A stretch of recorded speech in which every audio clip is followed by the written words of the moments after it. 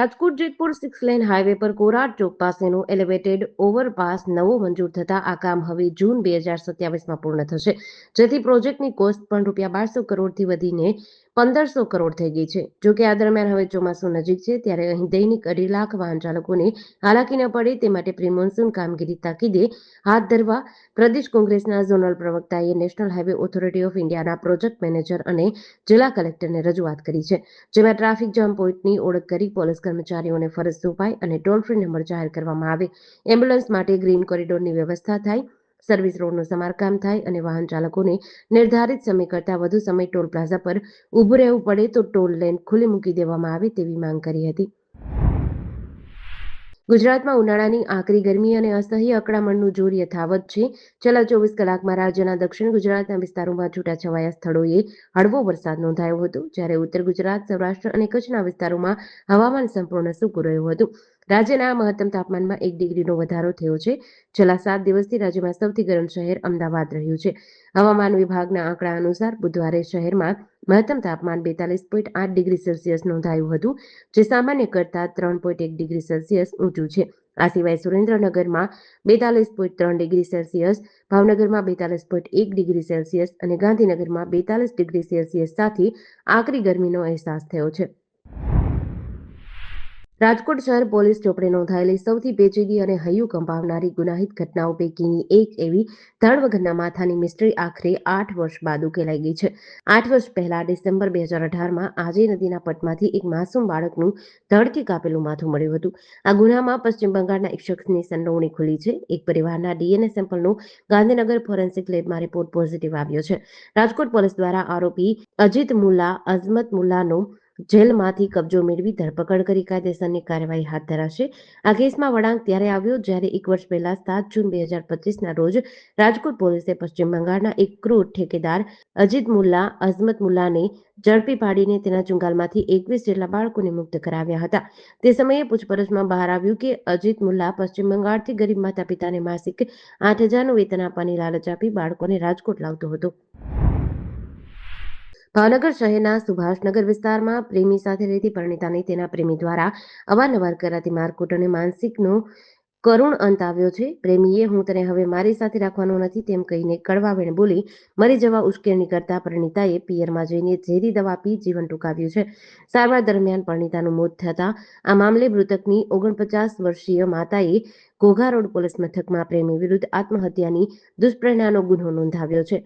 બનાવની વિગત અનુસાર ભાવનગરના સુભાષનગર વિસ્તારની વર્ષા સોસાયટી રોડ પર આવેલી સ્વાસ્થ્ય સોસાયટીમાં રહેતા લાભુબેન ચંદુભાઈ ચૌહાણે ઘોઘા રોડ પોલીસ મથકમાં ફરિયાદ નોંધાવી છે। તેમની મોટી દીકરી હિનાબેનના લગ્ન 2009માં શહેરના ખેડૂતવાસમાં રહેતા સંજયભાઈ ગુજરિયા સાથે થયા હતા। આ લગ્ન જીવનથી તેમની 17 વર્ષની દીકરી અને 14 વર્ષનો દીકરો પણ છે।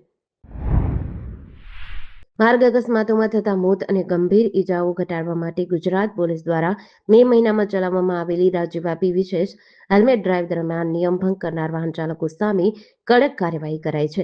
સમગ્ર રાજ્યમાં 1,88,000થી વધુ વાહન ચાલકો સામે દંડનીય કાર્યવાહી કરીને કુલ ₹5,21,00,000નો દંડ વસૂલાયો છે। ટ્રાફિક નિયમો દરેક માટે સમાન હોવાનો સંદેશ આપતા 5,123 સરકારી અધિકારીઓ અને કર્મચારીઓ સામે પણ કાર્યવાહી થઈ છે, જેમની પાસેથી ₹16,58,000નો દંડ વસૂલાયો છે। ગુજરાત પોલીસ દ્વારા સમયાંતરે દંડની જગ્યાએ ગુલાબનું ફૂલ અથવા હેલ્મેટ આપીને પણ લોકોમાં જાગૃતિ લાવવાનો પ્રયાસ કરવામાં આવે છે। રાજ્ય ટ્રાફિક બ્રાન્ચના આંકડા મુજબ હેલ્મેટ ડ્રાઈવ દરમિયાન વ્યાપક ચેકિંગ અને જાગૃતિ અભિયાનના પરિણામે મોટા પાયે નિયમ ભંગ કરનારાઓ સામે કાર્યવાહી કરવામાં આવી હતી। ગાંધીનગર લોકસભા અને રાજ્યના મુખ્યમંત્રીના મુખ્ય વિધાનસભા મત વિસ્તાર હેઠળ આવતા ચાંદલોડિયા વોર્ડમાં મ્યુનિસિપલ કોર્પોરેશનની ડિમોલેશન કામગીરી સામે સ્થાનિકોએ મોરચો માંડ્યો છે। ચાંદલોડિયાના મહાદેવનગર વિભાગ 1માં રોડ કપાતના નામે ઉત્તર પશ્ચિમ ઝોનના એસ્ટેટ વિભાગ દ્વારા કોઈપણ વૈકલ્પિક વ્યવસ્થા આપ્યા વગર મકાનો તોડી પાડવામાં આવતા આજે સવારથી જ સ્થાનિક લોકો અને સ્થાનિક મહિલાઓ નાના બાળકો સાથે કાળઝાળ ગરમીમાં ધરણા પર ઉતરી આવ્યા છે। છેલ્લા 40 વર્ષથી અહીં વસવાટ કરતા લોકોએ જ્યાં સુધી ઘરની સામે ઘર ન મળે ત્યાં સુધી હટવાનો સ્પષ્ટ ઇનકાર કર્યો છે। ભારતીબેન સાધુ નામના સ્થાનિક મહિલાએ જણાવ્યું કે છેલ્લા 40 વર્ષથી તેઓ અહીં રહે છે। નોટિસ આપીને માત્ર 4 દિવસમાં મકાનો ખાલી કરાવવામાં આવ્યા હતા। ભાવનગર પેરોલ સ્કોડની ટીમે પેટ્રોલિંગ દરમિયાન મળેલી બાતમીના આધારે એક મોટી સફળતા મેળવી છે. વલભીપુર પોલીસ મથકમાં નોંધાયેલા પ્રોહિબિશનના ગુન્હામાં છેલ્લા 26 વર્ષથી કાયદાની પકડથી દૂર નાસ્તા ફરતા એક 75 વર્ષીય વૃદ્ધ આરોપીને વલભીપુરની કલ્યાણપુર ચોકડી નજીકથી ઝડપી પાડ્યો છે. પોલીસે આરોપીને અટકાયત કરી તેની સામે કાયદેસરની કાર્યવાહી હાથ ધરી છે. આગળની તપાસ માટે તેને વલભીપુર પોલીસ મથકે સોંપી દીધો છે. બાતમી મળતા જ પેરોલ સ્કોડની ટીમે તાત્કાલિક કલ્યાણપુર ચોકડી ખાતે વોચ ગોઠવીને દરોડો પાડ્યો હતો. પોલીસે સ્થળ પરથી આરોપી દલસુખ દેહુરભાઈ ગામેચાને આ બાદ ઝડપી લીધો હતો. તે 26 વર્ષથી આણંદમાં રહીને પોતાની અસલી ઓળખ છુપાવી રહ્યો હતો. જોકે જૂન મહિનાના આ દિવસોમાં તે કોઈ અંગત કામે વલભીપુર આવ્યો હોવાની બાતમી લીક થઈ હતી. આગામી ચોમાસાની ઋતુમાં શહેરમાં પાણી ભરાવાની સમસ્યા ન થાય તે માટે મહેસાણા મહાનગરપાલિકા દ્વારા પ્રી મોન્સૂન કામગીરીના ભાગરૂપે સફાઈ અભિયાનનો ધમધમાટ શરૂ કર્યો છે.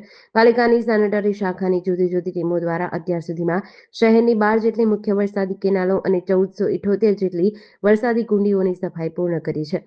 પાલિકાની આ વેગવંતી કામગીરીથી ચાલુ વર્ષે ચોમાસા દરમિયાન શહેરીજનોને પાણી ભરાવાની સમસ્યામાંથી મોટી રાહત મળે તેવી સંભાવના છે. મહેસાણા શહેરના રાધનપુર રોડ, મોઢેરા રોડ, માનવ આશ્રમ રોડ, ડેરી રોડ અને પરા વિસ્તાર જેવા નીચાણવાળા ભાગોમાં દર વર્ષે ચોમાસામાં વરસાદી પાણી ભરાઈ રહેવાની સમસ્યા સર્જાય છે, જેના કારણે નાગરિકોને ભારે હાલાકી ભોગવવી પડે છે.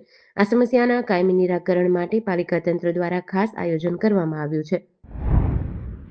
નવસારી ટાઉન પોલીસે નશાના કારોબાર પર પ્રહાર કરતા એક મોટી કાર્યવાહી કરી છે.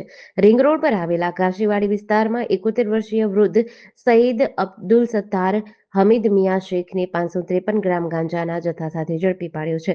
પોલીસે આશરે ₹27,650ની કિંમતનો મુદ્દામાલ જપ્ત કર્યો છે.